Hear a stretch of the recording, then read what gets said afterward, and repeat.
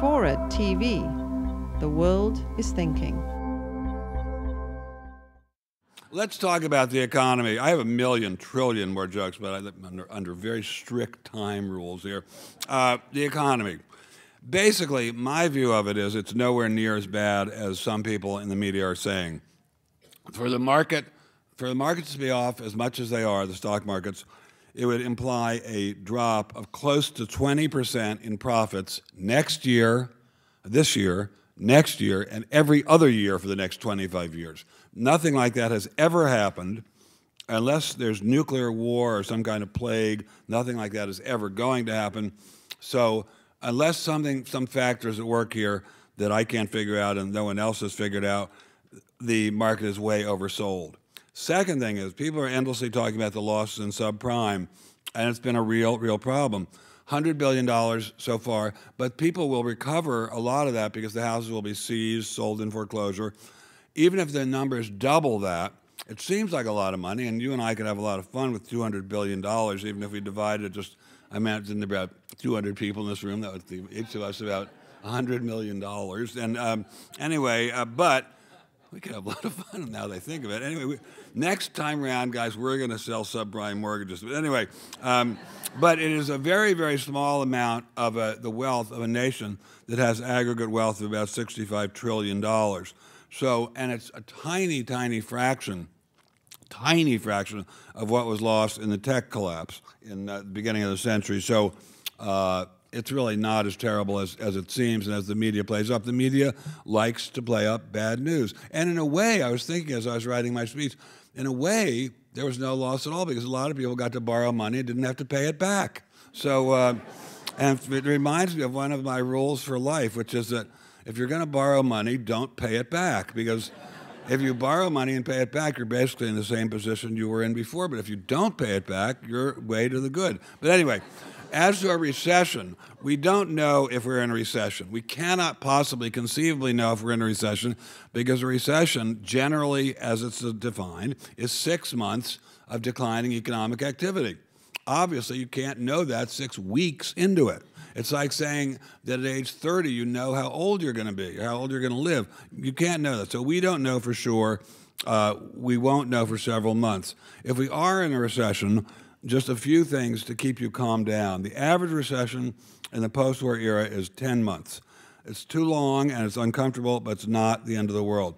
The average recession in the last 25 years has only been 6 months, and there have only been 2 of them. There's never been a recession that the Fed was actually fighting, actually and actively fighting, where retail sales fell for more than 1 year. There's never been a recession where unemployment, when the Fed was fighting, it was rose more than 1 3/4 percentage points. Average unemployment is about 6 weeks. It's uncomfortable, and you sure as heck don't want to be one of the people fired, but it's not the end of the world. We are basically a fantastically prosperous country. Obviously, and I'm going to get to this, the prosperity is very ill distributed, but it is not, we're not facing a catastrophe, we're not facing the apocalypse. And I think for most of the people in this room, subprime will not affect your life at all. Unless you, well, it won't affect your life at all, I'll just say that. Anyway, unless you're going to be indicted for selling fraudulent mortgages. I don't think we have a real problem with inflation. The big numbers coming out about inflation had to do with oil prices. They were fed primarily by demand from India and China and the developing countries of Asia. They cannot be controlled by the Federal Reserve Board. They can't be controlled by the U.S. Central Bank. It's no good hitting a family in Oakland or Berkeley over the head with a brick to stop demand in Beijing or Shanghai. Let's just let the market operate. As the prices rise, people will use less of it. It'll be fine. Food prices were a big increase recently. That comes largely from ethanol mandates. A lot of people think you can grow all the food we need, all the corn we need to supply all our cars with energy. Not even remotely close, not even wildly close. But some people, makes people feel good to have that fantasy, so why not let them do it? Anyway, the Federal Reserve can do some things, though, to affect the slowdown in a positive way.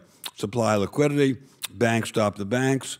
And I think, by the way, this is something I wrote about in the Times a few days ago. I don't see why the Fed should not go to the banks and say, we are just not going to let you fail. So don't feel shy about lending. Get the cork out and start lending. And if it's required, if the Chinese or the Singapore people or the petrostates won't buy your stock, we'll buy it. After all, banking is already largely socialized. Let's let the Fed step in and buy. And my wacky friend from CNBC, Jim Cramer, has suggested that the Fed buy the mortgage insurance companies too. Not a bad idea. I mean, he's a wacky guy, but that was a pretty good idea. Anyway, we have not yet figured out how to cure the business cycle. It does look like we're in the downward part of the business cycle now. But overall, we get through them. The overall prosperity of the country is overwhelming, just overwhelming. I don't know if it is in your life, but for the whole country in general, it's overwhelming. Obviously, there are too many poor people, and as I say, it's very poorly distributed. But for the average person in this country, real wages have tripled since 1955. That's a very big increase in 50 years. Real wages after inflation tripling. The average house is almost 3 times as big as it was in 1955. People have twice as many cars per family as they did. We're a rich country. More than, and by the way, people think, oh, we're not as rich as Japan. We're way richer than Japan. We are much, much richer on a per capita basis than Kuwait. We're much, much, much richer, twice as rich, at least, on a per capita basis as Saudi Arabia. Much richer on a per capita basis than Germany. We're a very, very rich country.